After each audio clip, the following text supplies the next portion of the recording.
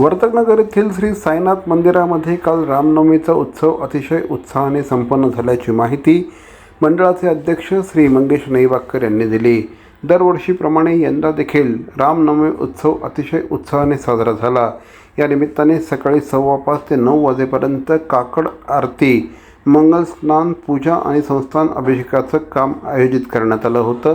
त्याचप्रमाणे सकाळी 9:30 ते 12 या कालावधीमध्ये ग्रंथ समाप्ती आणि रामजन्माच्या काल्याच्या कीर्तनाचं आयोजन करण्यात आलं होतं। दुपारी 12 वाजता श्री राम जन्म सोहळा या ठिकाणी साजरा झाला, तर सायंकाळी या ठिकाणी सांज आरती आणि धूपारती झाली।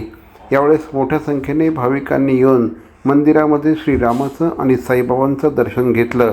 त्यानिमित्ताने पालखी मिरवणुकीचं देखील आयोजन करण्यात आलं होतं।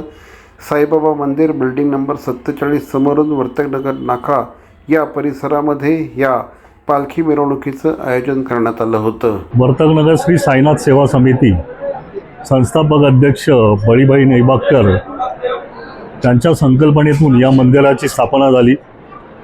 हे मंदिर जेव्हापासून स्थापन झाले, जवळजवळ या मंदिराला 40 वर्ष होत आलेली आहेत। जसे शिर्डीमध्ये प्रत्येक उत्सव होतात, त्याप्रमाणे आज रामनवमी उत्सव जवळजवळ आम्ही हा 40वा रामनवमी उत्सव साजरा करत आहोत। 23 मार्चपासून रामनवमी सप्ताह चालू झालेला आहे।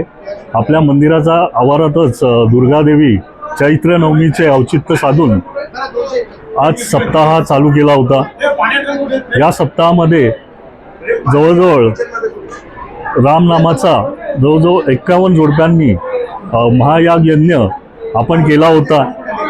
या यागासाठी जवळजवळ 51 जोडप्यांनी रामयाग करण्यात आला। या रामयाग यज्ञ जनकल्याणार्थ करण्यात आला होता, कारण आज अख्ख्या जगामध्ये देशामध्ये युद्धस्थिती निर्माण झालेली आहे। त्यामुळे इंधन, गॅस वगैरे म्हणजे जवळजवळ आज देशावर संकटच ओढवलेलं आहे। या संकटातनं निघण्यासाठी म्हणून हा संकल्प करण्यात आला होता।